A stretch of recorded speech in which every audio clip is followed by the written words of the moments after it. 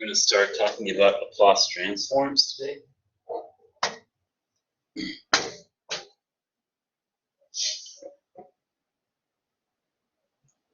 The Laplace transform of a function, say of a variable t, is defined to be an integral from zero, an improper integral from 0 to infinity of this function times this exponential, which mixes s and t here. The idea is that you're going to be integrating out the t, and what you're going to be left with is a function of s. So we're taking functions in the t domain, applying a Laplace transform, and then getting a function in the s domain.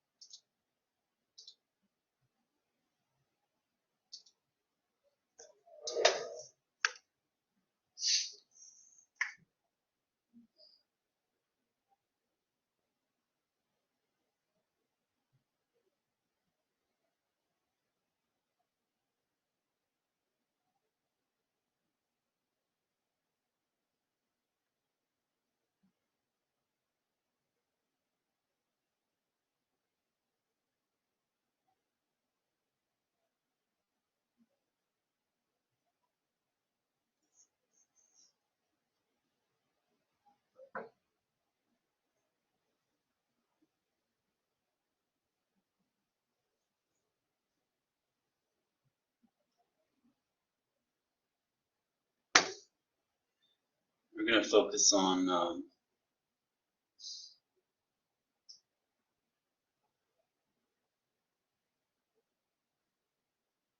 so given that you know Laplace transforms of a Laplace transform of a given function of t, we want to explore what happens if you take the Laplace transform of an exponential function times f of t.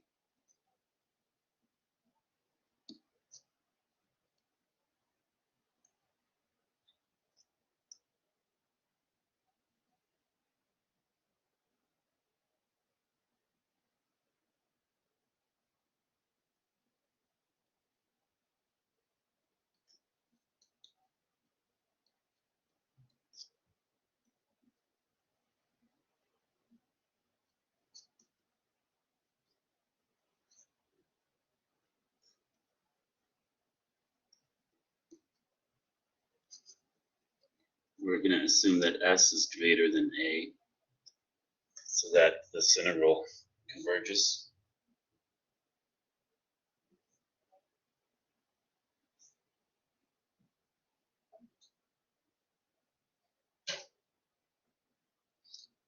We can now maybe call s minus a u. It's not a u sub, right? It's a this change doesn't involve the variable of integration. So this is then by definition the Laplace transform of f of t at u. So this is, let's call it big F at u, where u is really s minus a. So there's like a shift property, right? So it's kind of like if you have an exponential times some function, you know you're just going to get the Laplace transform of that function. But instead of s, you're going to replace that with s minus a.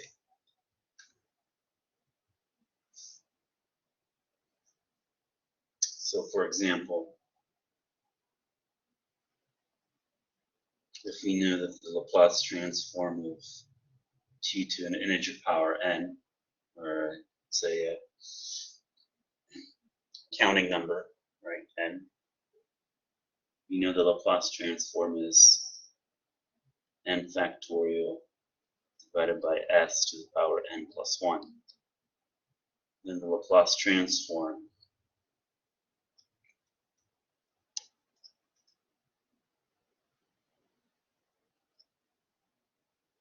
with exponential function times t to the n should be just the Laplace transform of t to the n, except that we replace s with s minus a.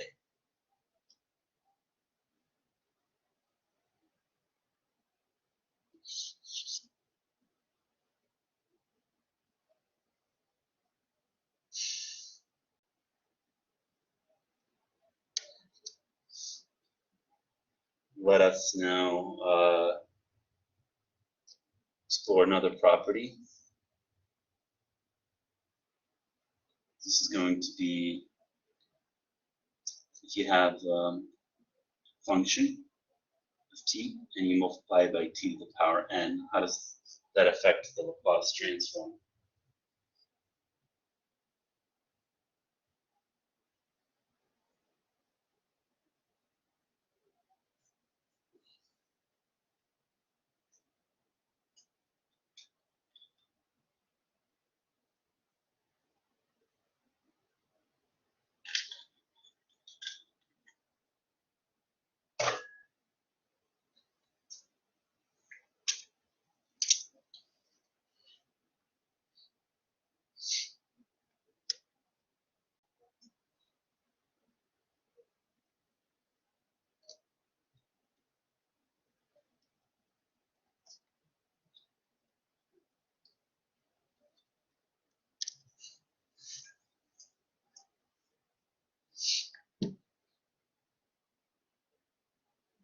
Well, perhaps a little integration by parts should work here, right? Let's try it. So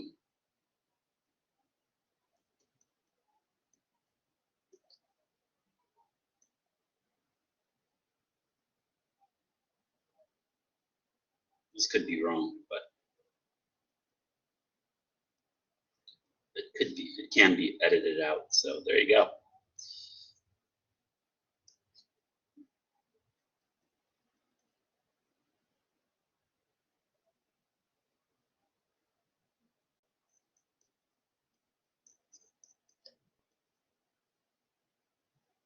Hmm.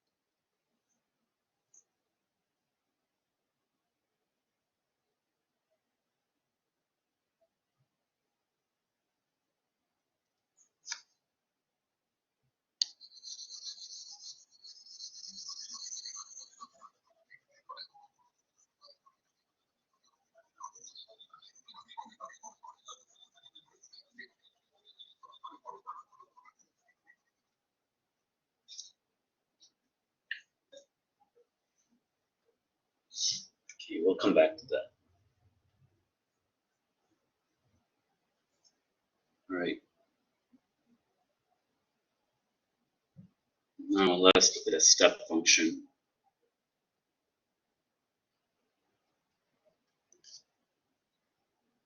So this is defined to be 0 for t is less than 0 and 1 for t is at least 0. So it's called the step function because its graph looks like a step.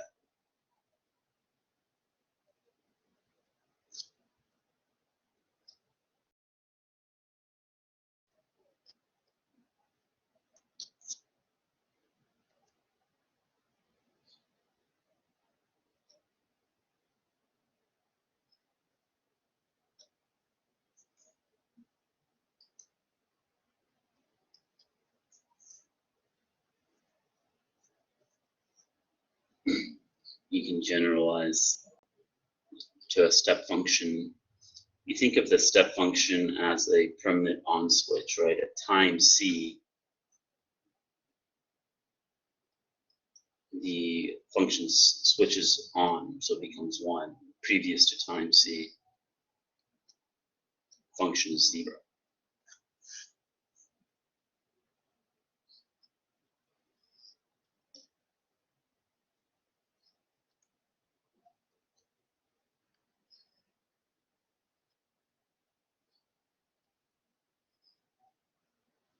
Okay.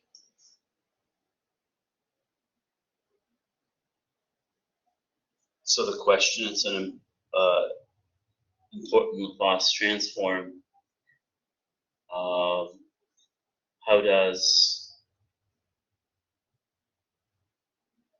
What is the Laplace transform of a step function times another function?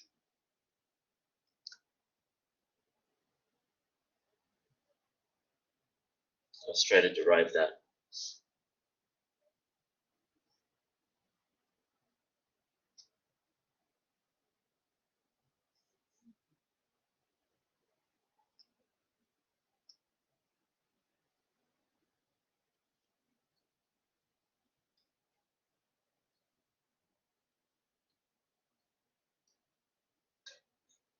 So we know that the step function is 0 before time c, and it becomes 1 after time c.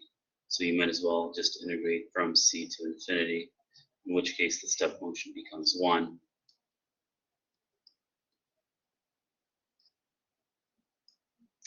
So here we would want to do a change of variable. Let's say z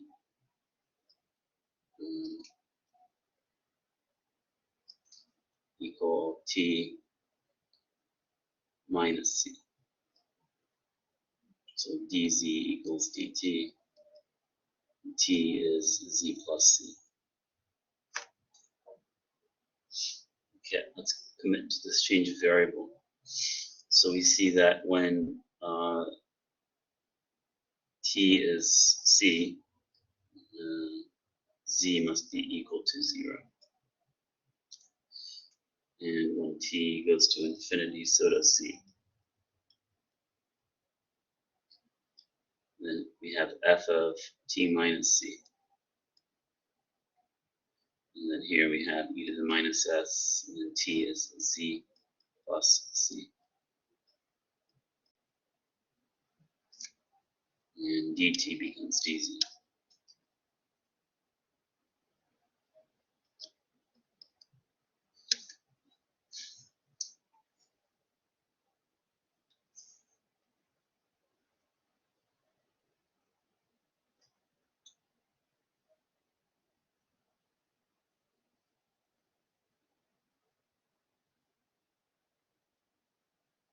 So t becomes z plus c. Okay. Now we can use properties of exponentials here.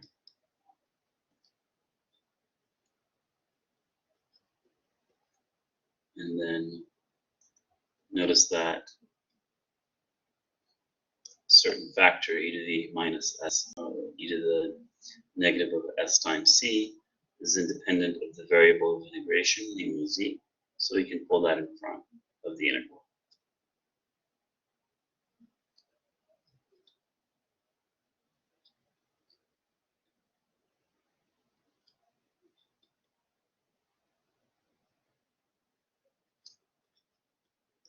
So now we recognize this as this exponential times the Laplace transform of the function. And I can, z is just a dummy variable. I can use t again, t plus c.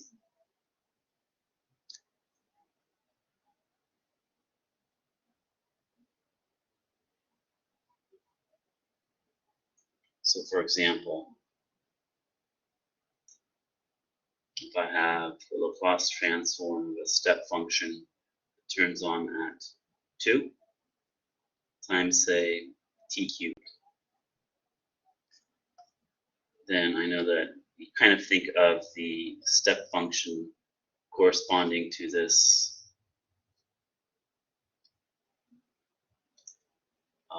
c equals 2, right? Corresponding to that exponential, then you want to multiply by the Laplace transform, not of t cubed, but rather t plus c cubed.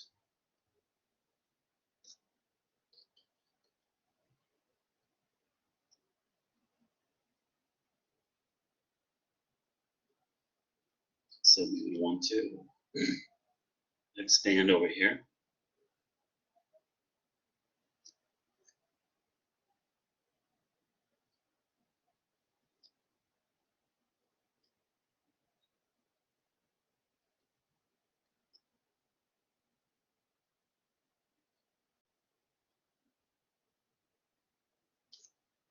And then use the fact that the Laplace transform is linear. So we can just find the Laplace transform of each individual term. Pull out the constants.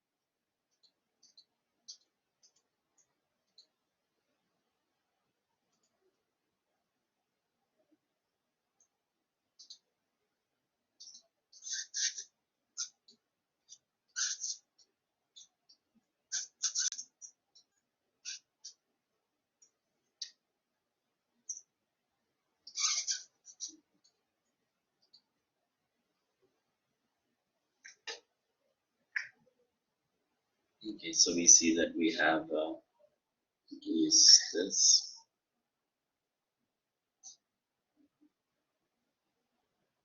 3 factorial divided by s to the power 4, 6 times, and then 2 factorial divided by s to the power 3, 1 factorial, s squared, and 0 factorial divided by s.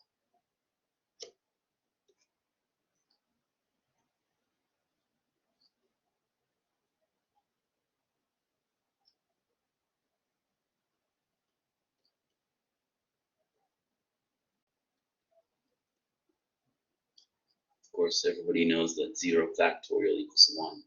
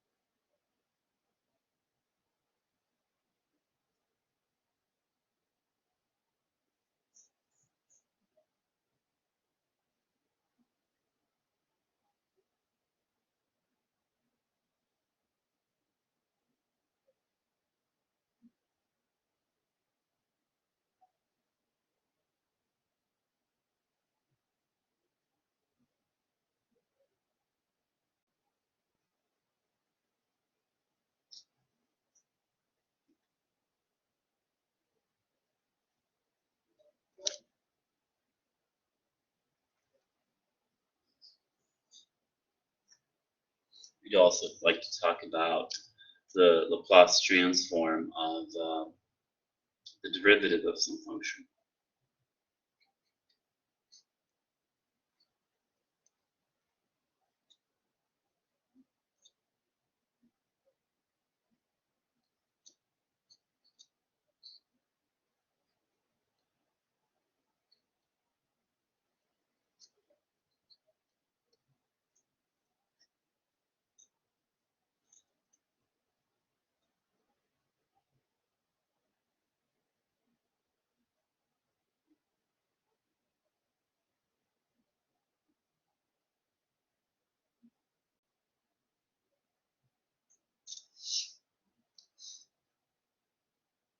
So here we can use integration by parts. Here we're going to let dv be our derivative, because the antiderivative, of course, then is just t, it's a constant. U is whatever remains, so du.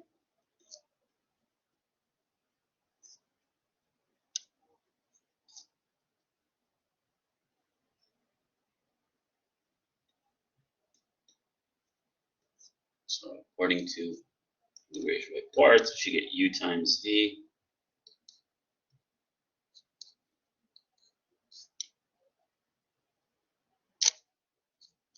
minus the integral of d du. So,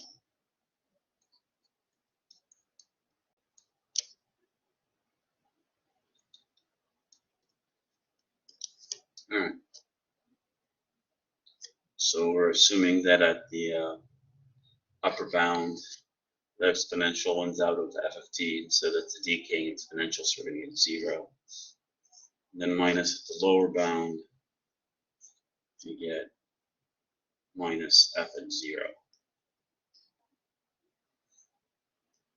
And then we have plus s times, and this integral is exactly the Laplace transform of f of t.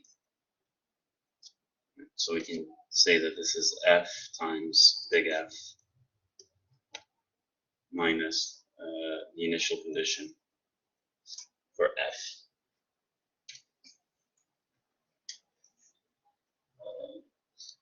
We're mostly likely going to be seeing this in the form of y prime as a function of t. According to this, that should be s times big Y as a function of s minus the initial condition for y.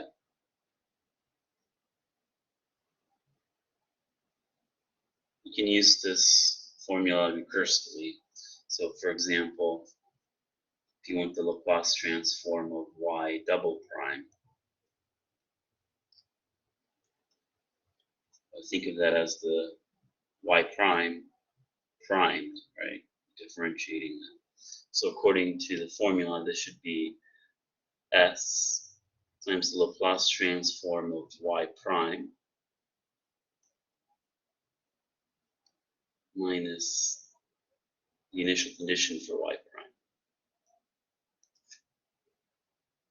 And then, of course, we can then use the previous result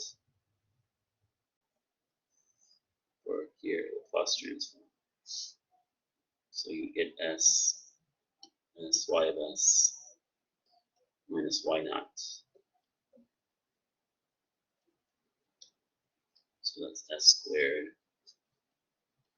minus s, and the initial condition for y minus the initial condition for y prime.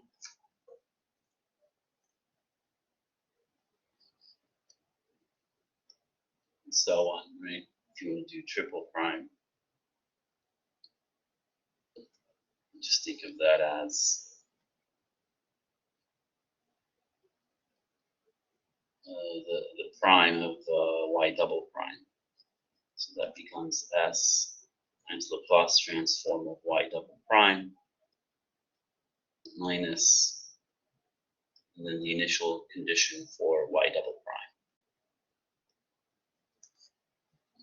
And then again, we just use the previous results to plug in for the Laplace transform of y double prime, so we get s cubed. And s minus s squared initial condition for y minus s times initial condition for y prime minus the initial condition for y double prime, and so on. So you can probably see the recursive pattern.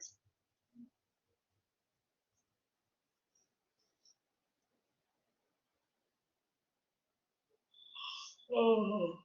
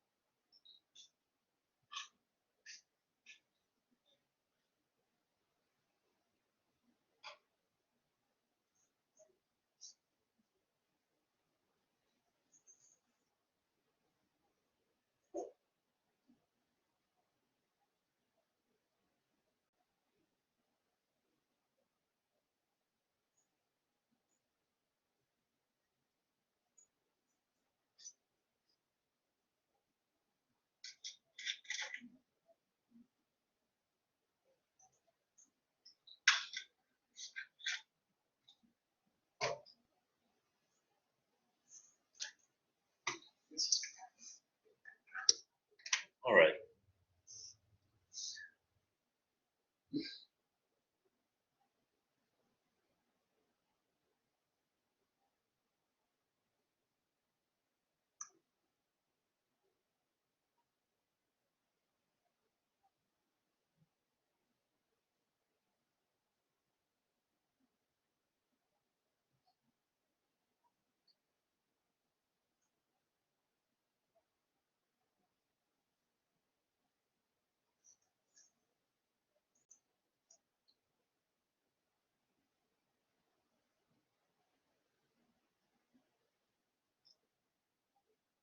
Well, that recursion leads to the formula, I guess, in our table, formula 37.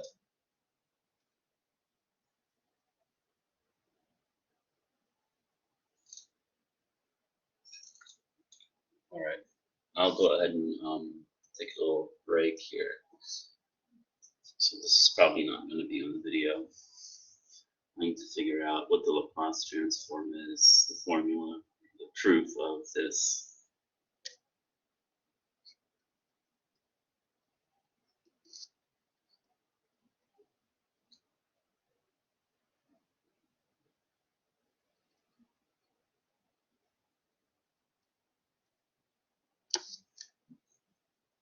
This we can try to prove it recursively. So it says that if you have t to the n times the function t of t, and you find the Laplace transform, that should be either plus and minus, depending on whether n is even or odd, times the nth derivative of the Laplace transform of f of t.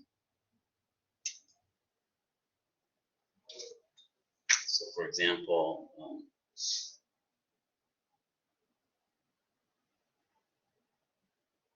rule of t times cosine of at.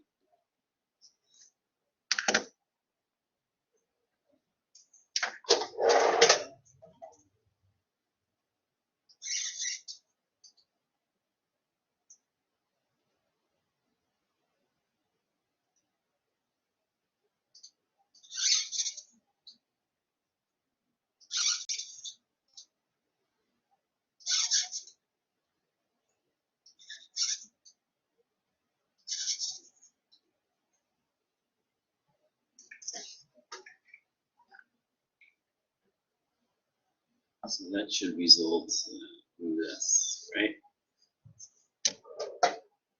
But according to the formula, this should be negative 1 to the power 1 times the derivative with respect to s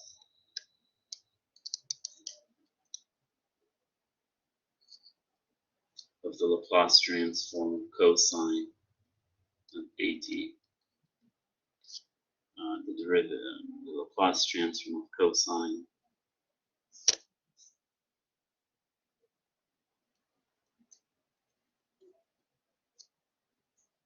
is s divided by s squared plus a squared. So you differentiate that with respect to s. So that's, I guess, quotient rule if you'd like.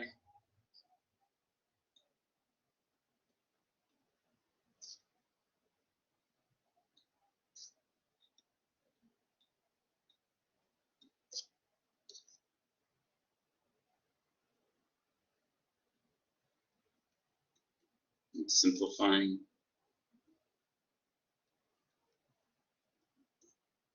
indeed, formula 10 on our table checks out.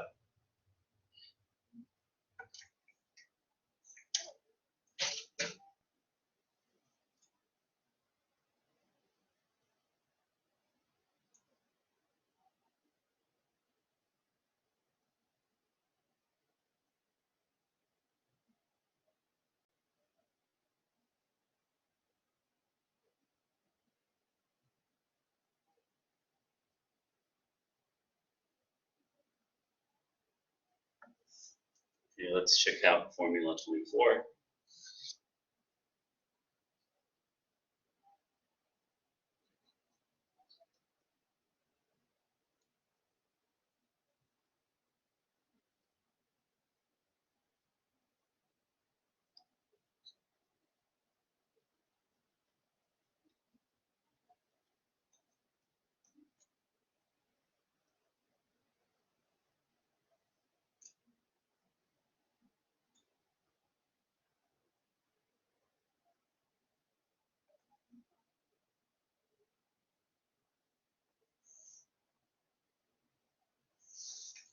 As this, I suppose, calls for a change of variable.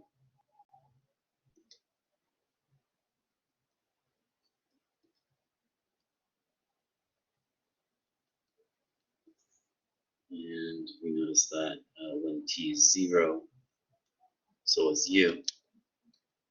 And when and as t goes to infinity, assuming c is positive, right? Then, so I guess we can do two cases at c, and this is either consistent. So suppose t is positive, so as t goes to infinity, so does u.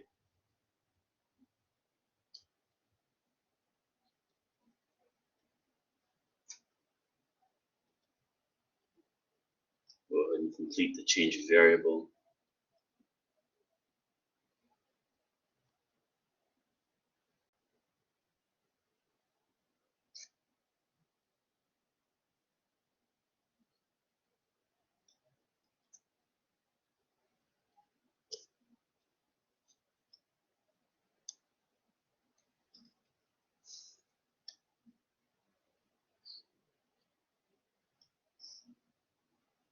Now we're going to just simply lump this right into a new variable. Let's call it printed s.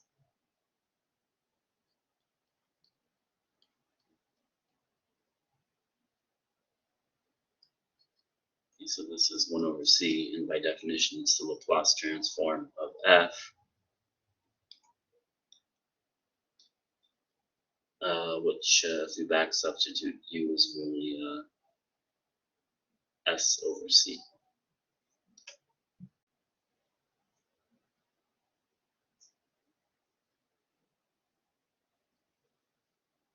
So for example,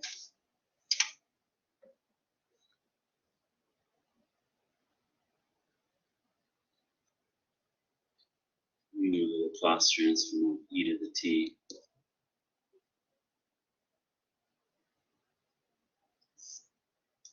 is 1 over s minus 1.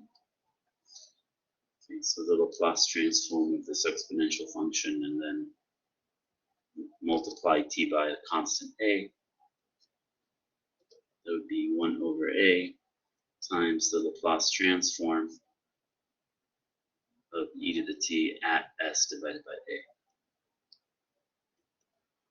Multiply through, and you indeed get the table entry.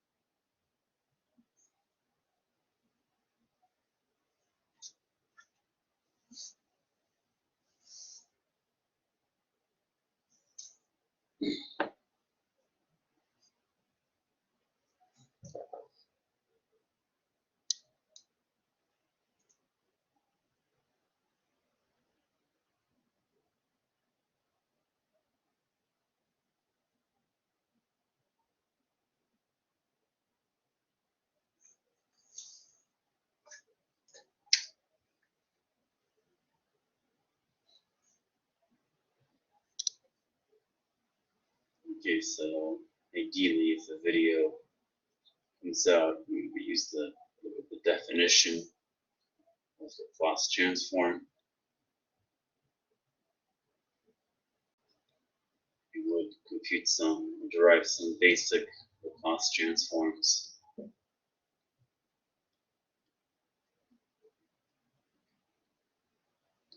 And I guess that would mean like t to the n,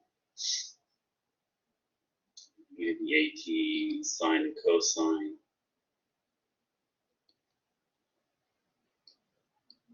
And then we would look at, well, actually, let's do 1.5. We want to look at properties like linearity. So just linearity for now.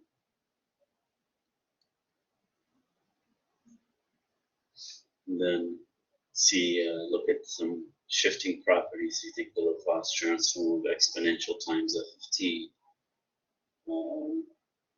And also, anytime we do Laplace transforms, we should probably look at the examples finding inverse.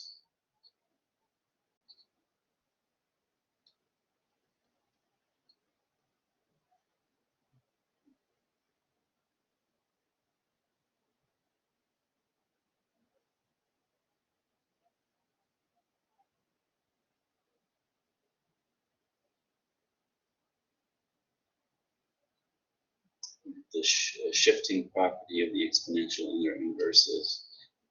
Look at step function. Look at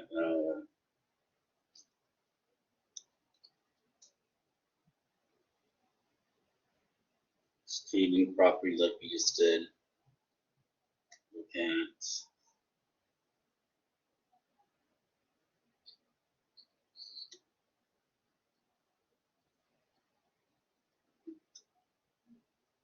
that. Step functions.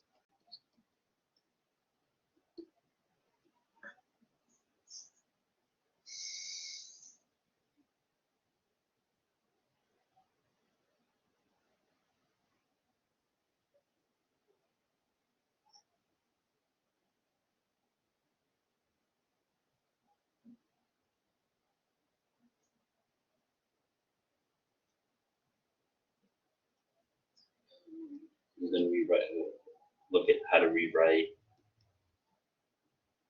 piecewise defined functions using step function.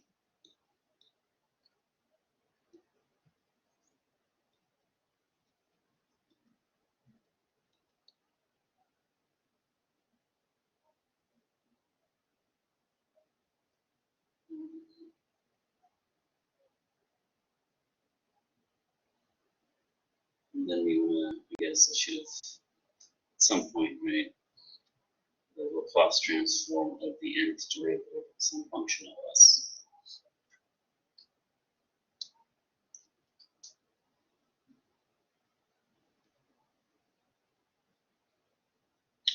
nth derivative as a function of t.